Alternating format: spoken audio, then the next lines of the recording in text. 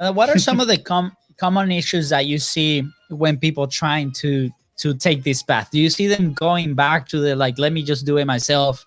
Like, what are some of the mistakes that people might make while making this transition as they grow? Well, I think that they've held on to, and this is like one of the mistakes I made early on, was that I wore a cape.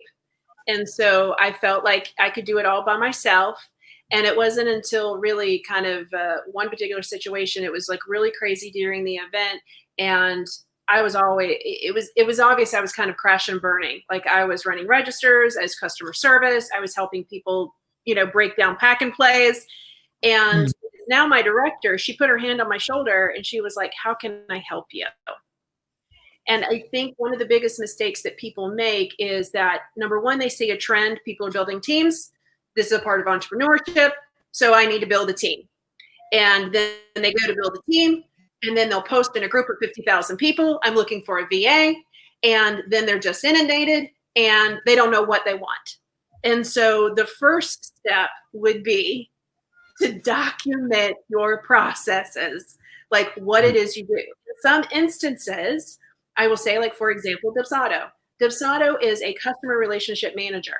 And while you may feel overwhelmed in onboarding a client, once you set up a workflow with a click of a button, you can create an amazing client experience for $35 a month, and you feel like you have a team working for you. So it serves your client and it serves you. But what was the name of that tool again? Because Dubsado. We might have to.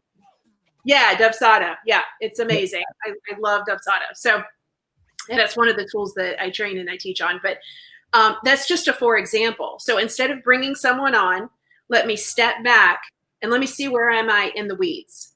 Where I'm in the weeds, let me just document that. And if it's just a simple on a sheet of paper, right, the tools and resources that I use and the step-by-step for just one thing. Now, this is not a checklist and an overwhelming brain dump. It is just step-by-step to onboard a client. That's one process. Now, the next process, if you've niched down and you do one thing, is how do, like, for example, how do I produce over 600 pieces of content? What does that process look like?